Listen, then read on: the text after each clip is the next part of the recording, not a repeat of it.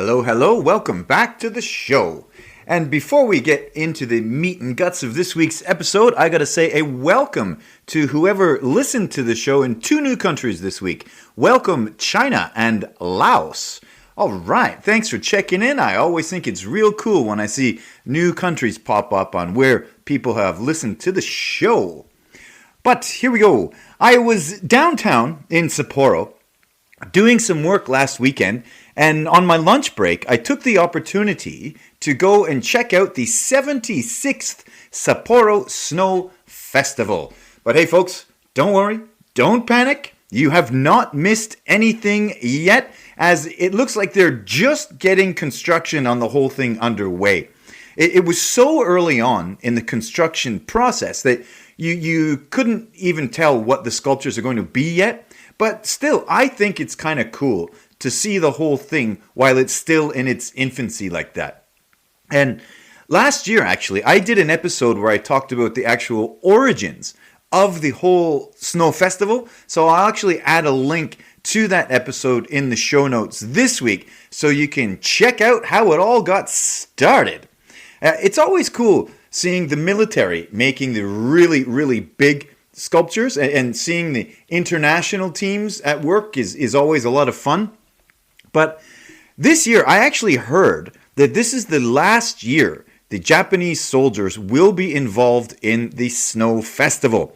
Folks, with the current Japanese government moving towards a stronger military, they apparently don't want them involved in something trivial like the Snow Festival anymore. They're going to be doing more training, more real military stuff, which is kind of scary, but in a much less scary sense, I'm not sure what that means for the future of the Snow Festival.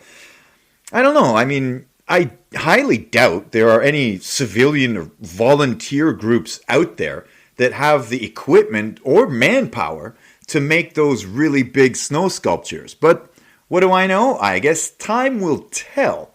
But as I was downtown, I picked up my birthday cheese platter. I do believe last week I told you I was having a birthday this week. It went swimmingly well, and one of the things I have for it, it's become a tradition on my birthday, is this lovely stinky cheese platter. But before I get into that a bit more, I'd like to say thank you to everybody who wrote in with kind birthday messages and well wishes. Thank you. It really means a lot to me. Thank you. Getting back to the cheese. So every year for my birthday, I get this beautiful cheese platter from Daimaru, the Daimaru department store in Sapporo Station.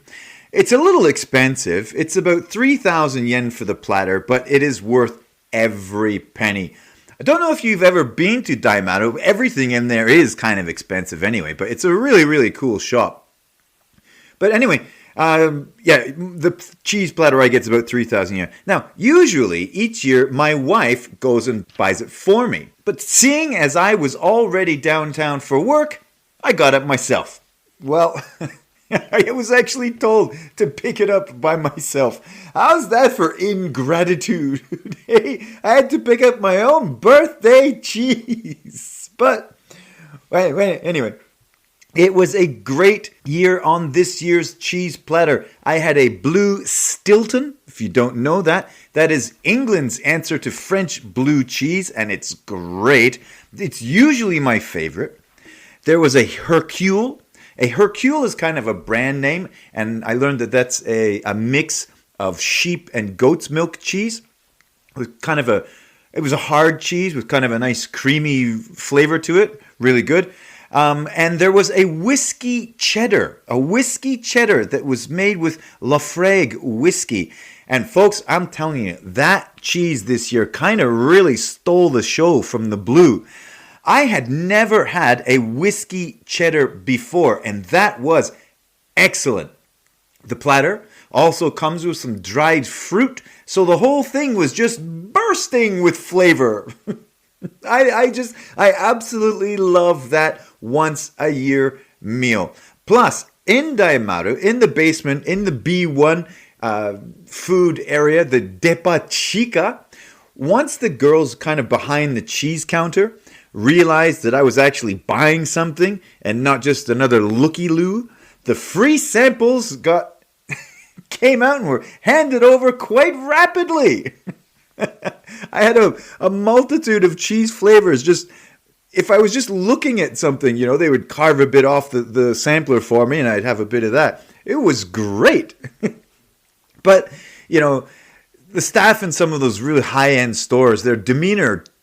Now, okay, don't get me wrong. Japanese, salespeople and wait staff and everything, they're super well trained. They're super polite. Service is great. Japanese service is legendary. But things do kind of hit another level once they realize you are actually about to drop some dollars in their store.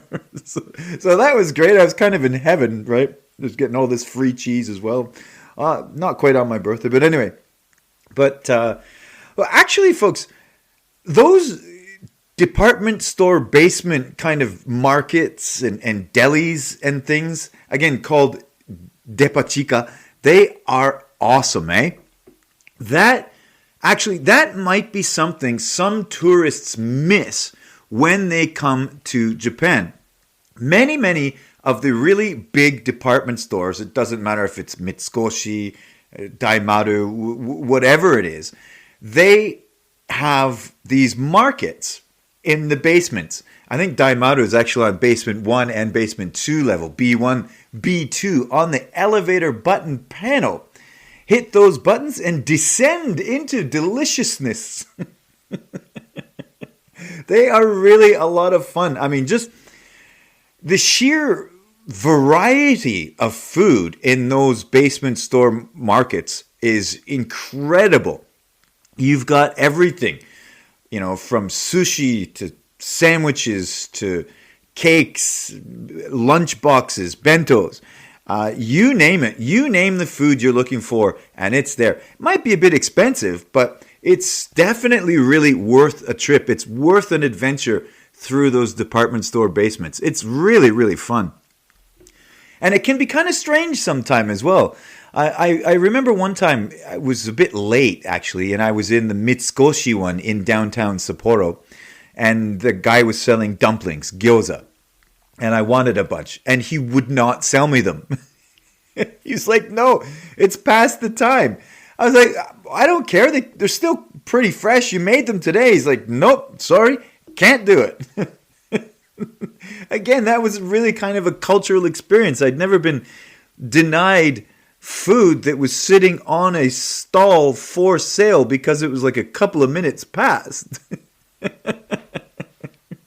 So that was kind of interesting. All kinds of little things like this will happen when you're in those basement markets. And on that note, kind of the over time thing, pro tip, folks. If you go after 5, you can usually pick up some things at discounted prices. Like the lunch boxes might drop to even as much as like 50% off. It's a pretty good way to score some cheaper food. Well, it's not cheaper. It's just less expensive than it might have been an hour ago. It's still the same quality of food. Anyway, you got me. Folks, if you're coming to Japan, do try to make an effort to get and check out those department store basements because they really are a cultural site. Like in the Mitsukoshi one in downtown Sapporo, that is where I saw my first triangular watermelon. They also had the square watermelons in there. You see all that kind of stuff in there. It really is a cultural experience. Get off your bike and head into a department store basement.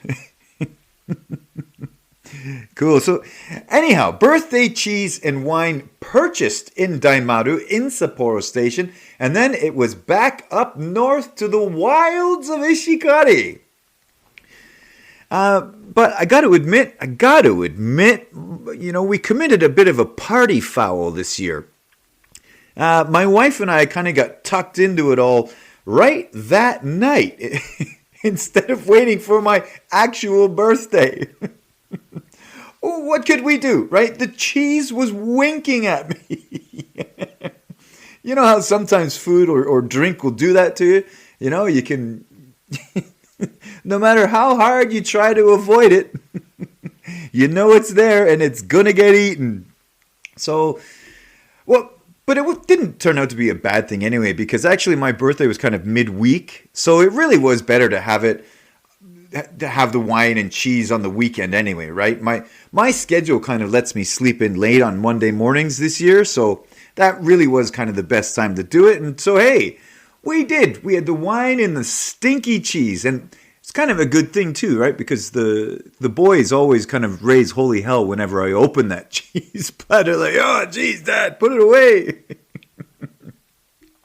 And hey, I don't know if you guys saw, also for my birthday, I don't know if you saw on the Cycling Hokkaido podcast Instagram page, but my wife got me 2 Cycling Hokkaido t-shirts this year.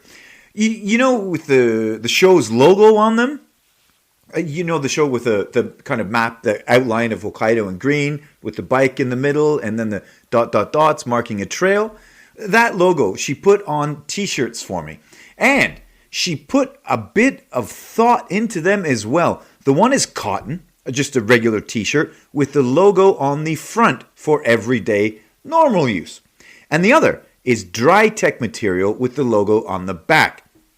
She got that one for me to wear while I'm out riding. So, folks, if you see that logo on my back out there while I'm giving it my all, be sure to say hello. Be sure to shout out.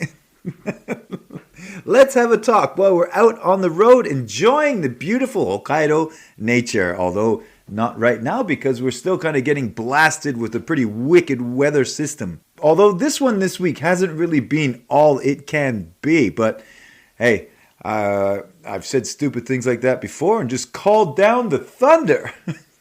But this one hasn't been too bad this week. Still lots of shoveling going on. But anyway, t-shirts. Here's an idea. These t-shirts have given me an idea. What do you think? Now, again, this podcast is very, very small. But at some point, it'd be kind of nice to get some t-shirts going for the show, right? Get some merch out and about in the world. So how about you folks? Would any of you be interested in a Cycling Hokkaido t-shirt?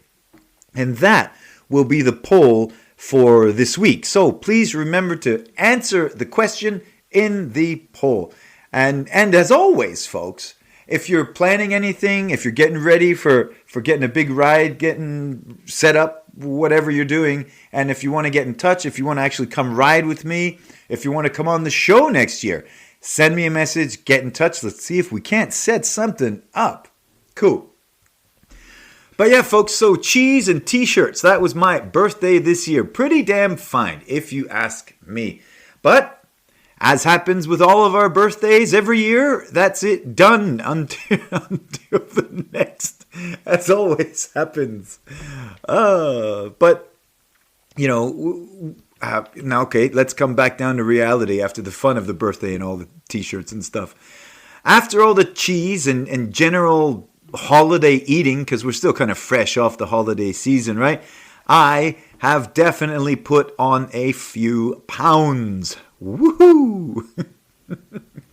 I always do in the winter. I mean, well, the problem is I don't really reduce calories like I should do in the winter months, you know.